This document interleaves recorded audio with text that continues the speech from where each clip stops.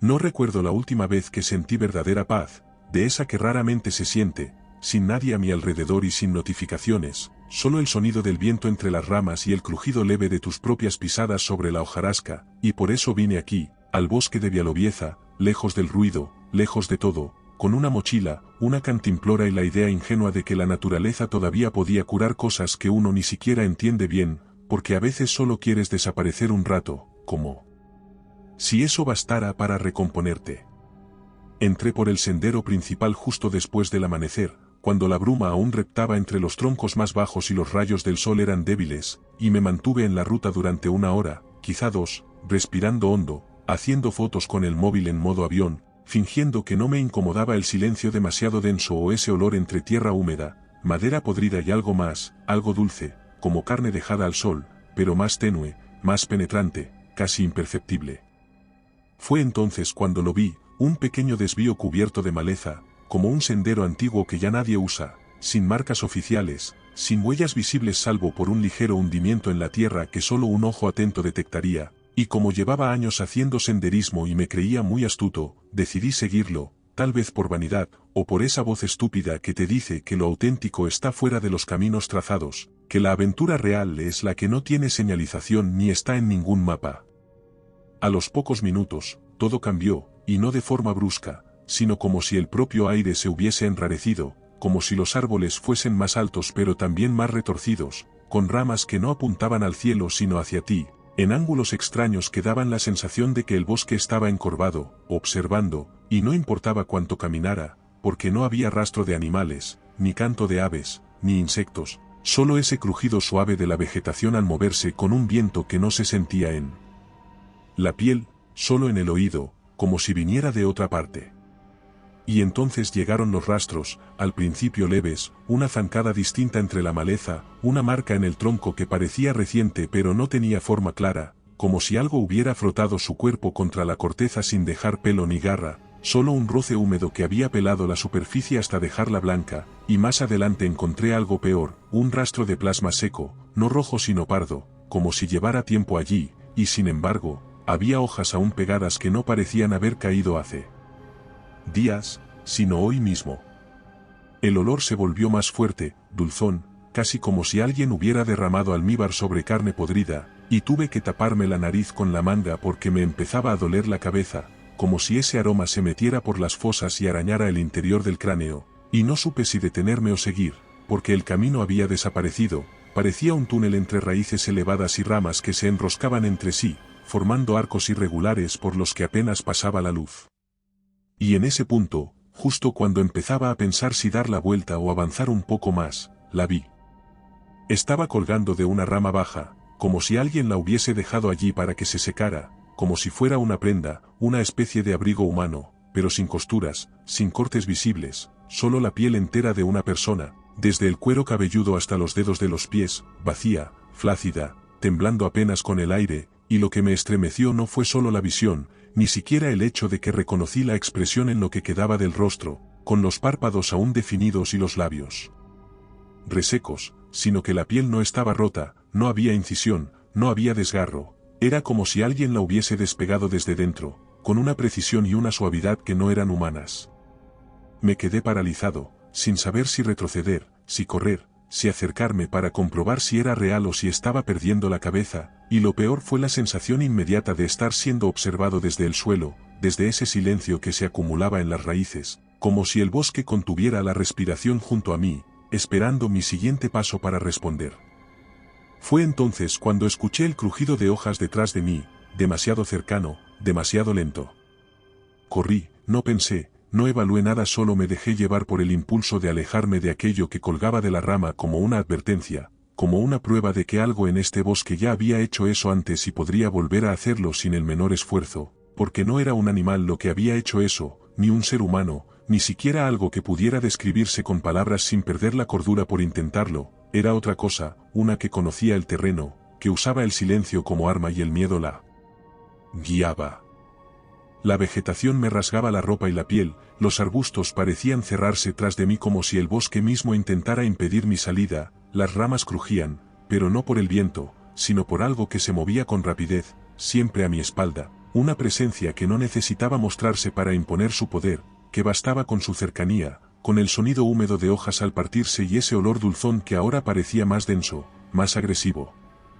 Cada vez que me giraba, no había nada, solo el sonido apagado del bosque, pero cuando corría sin mirar atrás, el crujido regresaba, y entonces comprendí, o al menos intuí, que al darme la vuelta se detenía, lo paralizaba o lo disuadía, como si dependiera de no ser visto por su presa para acercarse, como si mirar fuese una defensa, y entonces empecé a girarme constantemente, cada pocos pasos intentando confundirlo o engañarlo, aunque cada vez que lo hacía sentía que perdía velocidad, y que eso podía costarme la vida.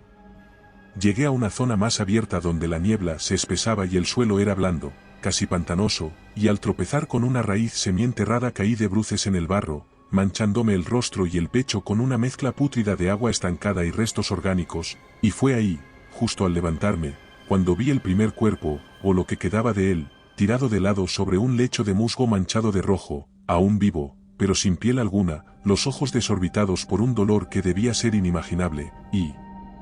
movía los labios secos intentando decirme algo que no pude oír, porque en ese momento otro sonido cortó el aire, un sonido profundo. Fue un rugido, o algo parecido, porque no era un bramido animal ni un grito humano, sino algo entre medias, con un eco interno que reverberaba en el estómago, que hacía vibrar el pecho desde dentro, y ponía los pelos de punta. Lo escuché justo a mi izquierda, más allá de un tronco grueso cubierto de líquenes, tan cerca que sentí un soplo cálido en la nuca, y volví a correr, sin atreverme a mirar, sin pensar, solo sabiendo que si me detenía ahora, si me giraba en el momento equivocado, acabaría como ese hombre. Seguí corriendo entre arbustos que se abrían y cerraban como mandíbulas, y vi otros cuerpos, dos más, uno encaramado a medio metro sobre un tocón ancho, todavía respirando, moviendo los dedos como queriendo aferrarse a algo, y otro en el suelo, inmóvil, sin rostro, con la piel enrollada a sus pies, y supe que aquel ser no solo los desollaba, sino que lo hacía con algún propósito, con técnica, porque el patrón se repetía, era casi quirúrgico, y por eso mismo era más siniestro, porque revelaba inteligencia.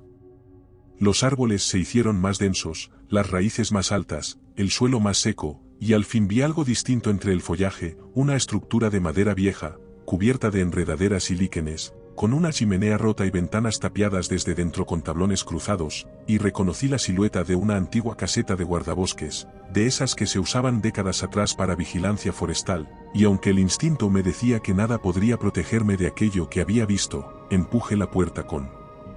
fuerza, y entré, y cerré tras de mí, corrí a buscar cualquier cosa para bloquearla, encontré un banco que arrastré contra el marco.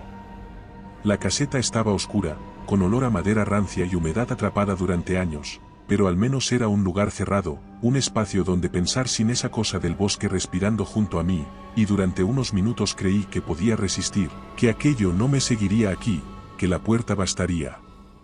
Tropecé con una mesa baja a la izquierda, medio rota, cubierta de polvo y hojas secas, y al empujarla caí junto a una caja metálica oxidada que cedió bajo mi peso y se abrió revelando en su interior lo que quedaba de un cuaderno empapado, deformado por la humedad, y al abrirlo, más por desesperación que por curiosidad, me encontré con una caligrafía temblorosa, líneas sueltas en un idioma que alternaba el inglés con el polaco, frases cortadas, ideas inconexas al principio, pero luego una palabra repetida una y otra vez, escora, skin, piel, y dibujos hechos con tinta que mostraban figuras alargadas, huesudas, con extremidades dispares y ojos vacíos, sin rostro definido, como si la criatura no tuviera uno propio, sino que se cubriera con los de otros, o que su verdadero rostro fuera precisamente la ausencia de uno. Seguí leyendo, ignorando el temblor en las manos, las gotas que caían del techo sobre mis hombros, las vibraciones tenues que sentía bajo la planta de los pies, y descubrí que quien había escrito eso, también había llegado a esta caseta antes que yo, también había seguido el sendero antiguo, también había visto los cuerpos, también había comprendido que no era un ser común, ni siquiera uno aislado, sino un fenómeno recurrente, una entidad de la que nadie hablaba porque nadie sobrevivía para hacerlo, salvo aquellos que, como él, y como yo ahora, lograban entender las reglas del juego antes de ser desollados. Las últimas páginas estaban garabateadas con desesperación, tachones, dibujos repetidos una y otra vez, y una frase encerrada con furia en varios círculos: el fuego no acaba con él, pero lo hiere, lo ahuyenta, solo el fuego y a un lado, una anotación más pequeña, casi ilegible: le gusta la piel fresca, la limpia, la que huele a miedo y a bosque, no toma a los que ya no viven. Sentí un golpe seco en la puerta, no violento, pero sí deliberado, como una advertencia, y vi cómo la sombra se expandía por debajo con rapidez. Corrí al rincón donde había un viejo botiquín metálico colgado en la pared, lo abrí de un tirón y dentro, milagrosamente, encontré una pequeña botella de alcohol, ya medio evaporado, pero aún inflamable, y junto a ella, una caja de cerillas tan antigua que dudé que funcionara, pero no tenía opción, así que tomé una de las sillas rotas, arranqué las patas más secas, improvisé una especie de antorcha y empapé su punta con el líquido, mientras la criatura, porque ya no era una sombra ni un sonido, sino algo más, comenzaba a forzar la puerta lentamente, no con violencia, sino con la parsimonia de quien sabe que no necesita prisa, que su presa está acorralada y que toda salida es una ilusión.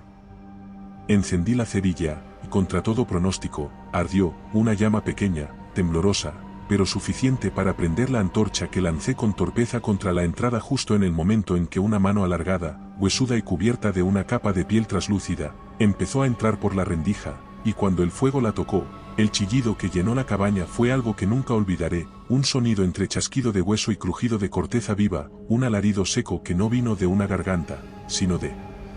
todo el cuerpo de la cosa, que se contrajo como si se le hubiese arrancado un órgano desde dentro y retrocedió con un estremecimiento que hizo temblar el suelo. No esperé, aproveché ese momento para volcar el resto del alcohol por la puerta, encendí otra cerilla y la arrojé sin mirar atrás, y el estallido de fuego fue breve pero suficiente para iluminar, por una fracción de segundo, la silueta entera de la criatura al otro lado del marco, alargada, de miembros irregulares, piel estirada como cuero húmedo, sin ojos visibles, sin boca, pero con docenas de líneas negras recorriendo su cuerpo como venas expuestas, y una piel entera colgando de uno de sus brazos, como un abrigo que aún goteaba. Huí por la ventana trasera, rompiendo el vidrio, cortándome el antebrazo en el proceso, y corrí sin dirección, solo con la certeza de que debía mantenerme en movimiento, evitar mirar atrás, evitar detenerme, y el fuego a mis espaldas parecía aplacar el avance de la cosa, pero no la detenía del todo, porque varias veces, mientras me internaba de nuevo en el bosque, creí verla entre los árboles, quieta, apenas visible, esperando otro momento de distracción para acercarse, acechando con la paciencia infinita de los depredadores. No sé cuánto tiempo estuve perdido, quizá horas, quizá días, porque el hambre y el dolor y la fiebre hicieron que el tiempo se disolviera en fragmentos borrosos, pero entonces, entre la niebla y las ramas, escuché voces humanas, ladridos, luces, y cuando los vi venir supe que me había salvado, pero no me alegré, solo caí de rodillas entre las raíces de un roble enorme, con la ropa rasgada, el cuerpo cubierto de cortes y quemaduras. Uno de los rescatistas me habló, me ofreció agua, me preguntó qué había pasado, pero yo solo logré decir una frase, apenas audible, apenas creíble, pero que debía decir para que alguien, algún día, entendiera: si ves un árbol sin corteza, corre en dirección contraria. Si te ha gustado este relato, aquí tienes otro que te pondrá los pelos de punta. Si buscas historias más intensas, en nuestro canal de relatos largos te esperan narraciones de más de una hora. Y si quieres llevar el terror contigo, nuestro libro en Amazon tiene historias exclusivas. Buenas noches, desde Terreno Misterioso.